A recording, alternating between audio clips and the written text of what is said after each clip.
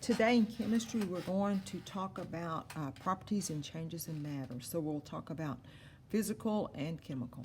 So a property is something that can be used to identify the substance. So we're going to do physical properties and changes first. So a physical property is a characteristic that can be observed or measured without altering the identity of the substance. So some words that would indicate it's a physical property would be like color, so you could observe the color. You would have melting point. Sometimes we just put that as MP. Boiling point, or BP. Temperature, mass.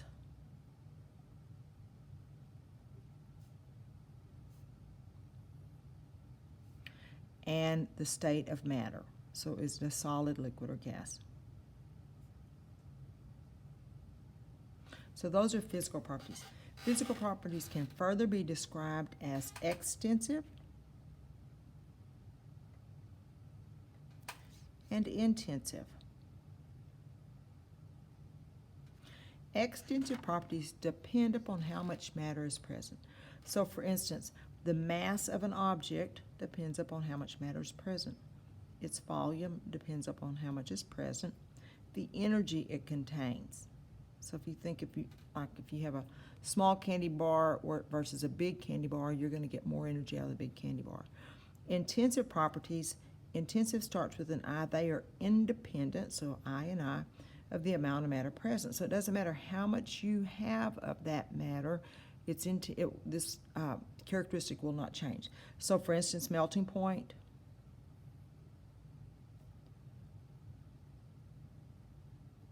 Boiling point would also be intensive.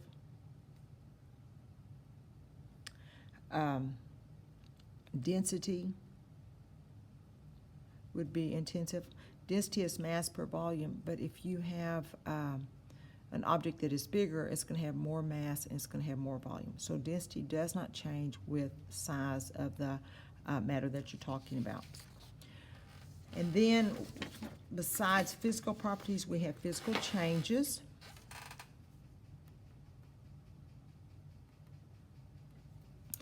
And physical changes are described as any change that does not change the identity or composition of the substance. So for instance, if I have a sheet of paper, if I tear it, I still have paper. If I crumple it up, I still have paper. So some words that would indicate it's a physical change would be like cutting, grinding, changes of state. So in this instance, we're talking about does it go from a solid to a liquid? So ice is water. If it melts, you still have water. And then we have what we call chemical properties and changes. So chemical properties are they describe the ability or the inability of a substance to undergo changes into a new substance, either by reacting with other substances or by decomposing.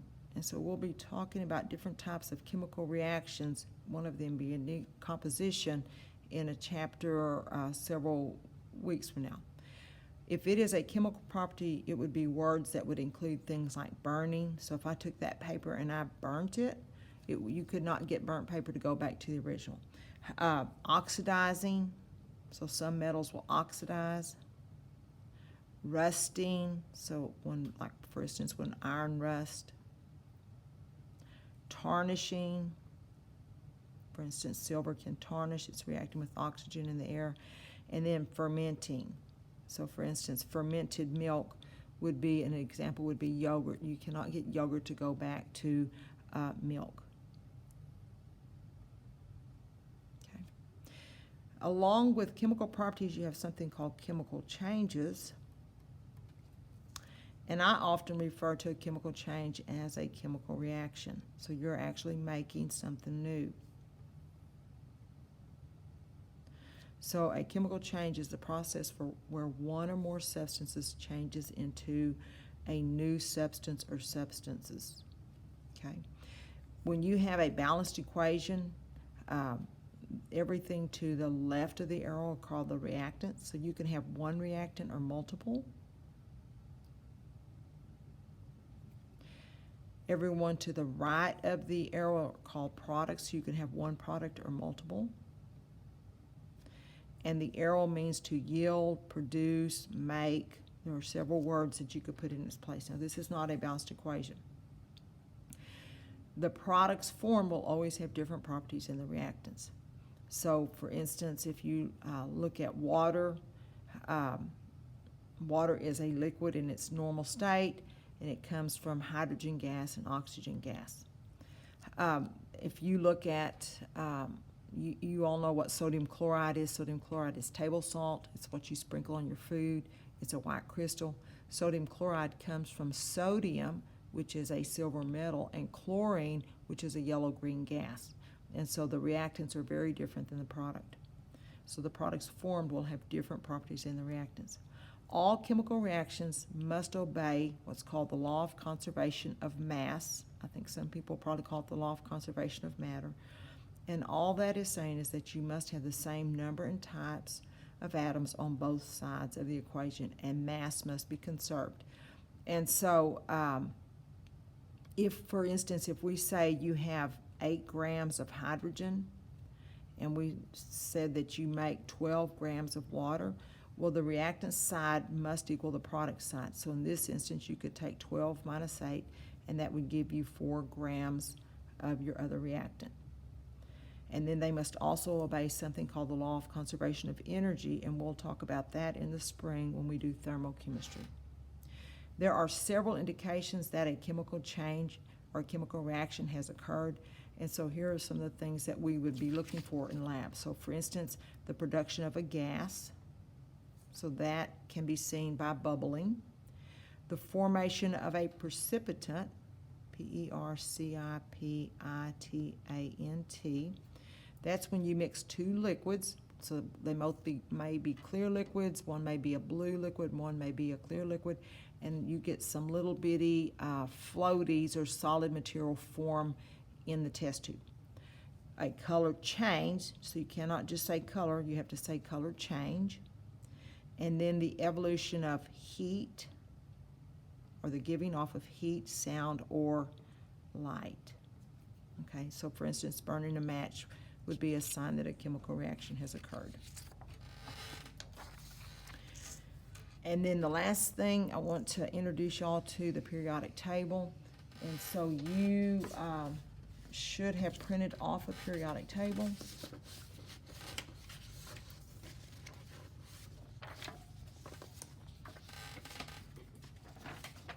Here we go. And if I were you, I would write on this table. Okay, so let's just talk about it a second and then we'll fill in our notes. So when you look at the periodic table, you have horizontal rows and they are numbered 1 through 7. Those are called periods.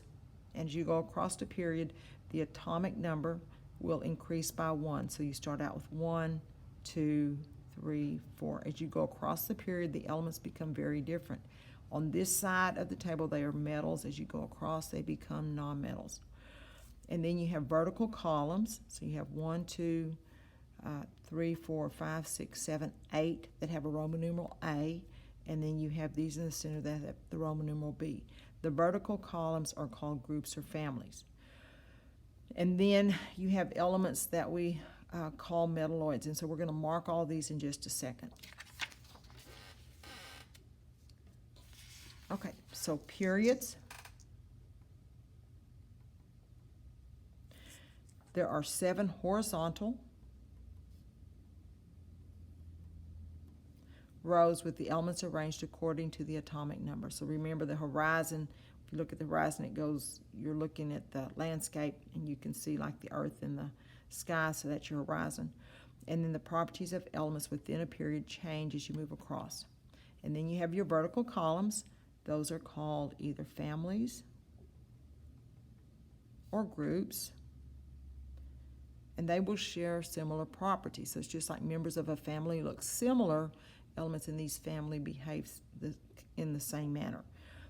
The A group, so these with the Roman numeral A, these two families here and these here, are called main or representative groups. Okay. And elements in these group will have similar, not identical, but similar chemical, I abbreviate chemical, properties because they have the same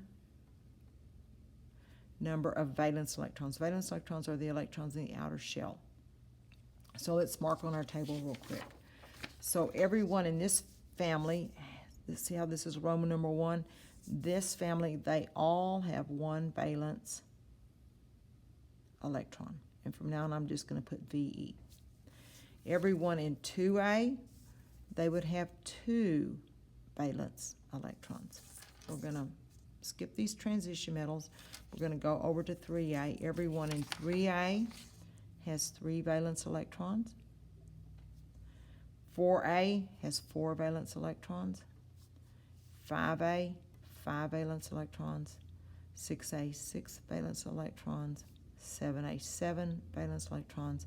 8A, 8 valence electrons, except for helium, it will only have 2. And we'll be talking about valence electrons and charges that develop when we talk about bonding in a couple of chapters.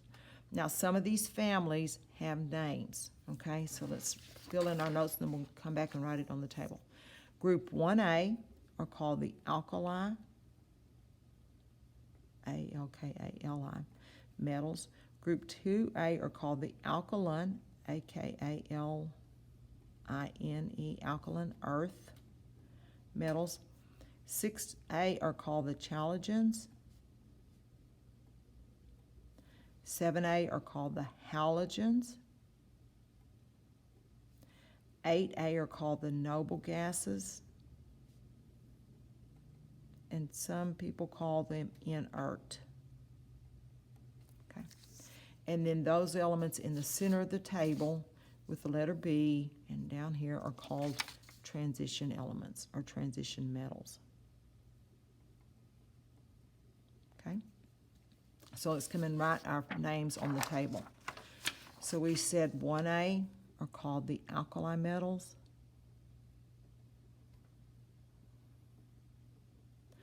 2A are the alkaline earth.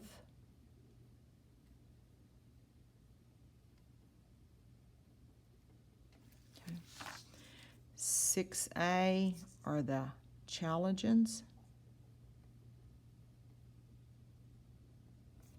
7A are the halogens. And then 8A are the noble or inert gases.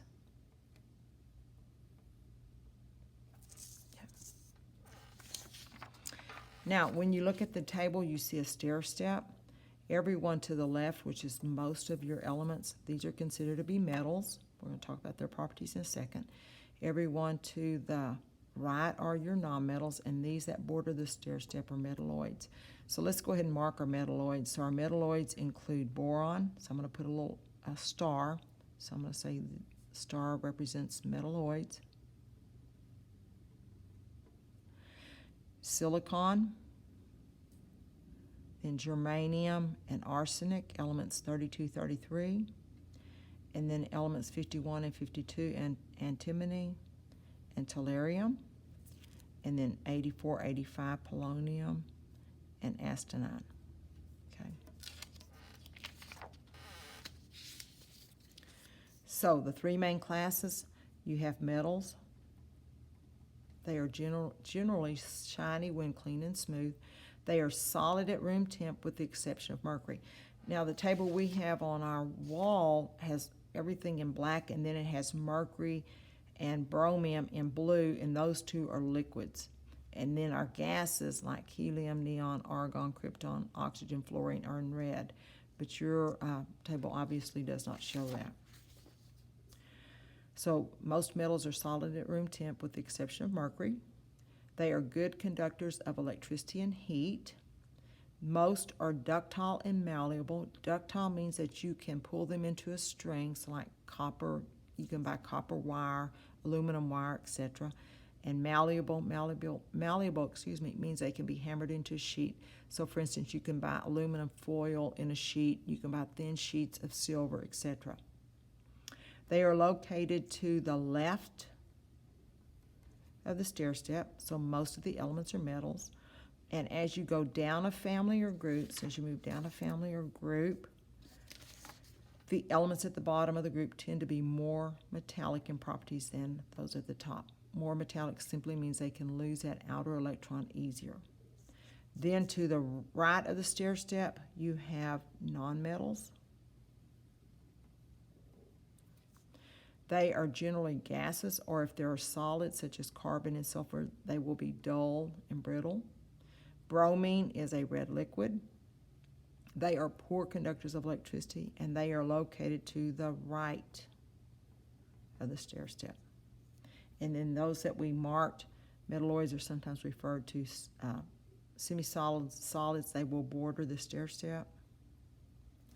And they are mainly brittle solids at room temp, with some properties of metals and some of nonmetals, and we consider them to be semiconductors. So that takes care of Chapter 3, and so now you can finish your study guide. Thank you.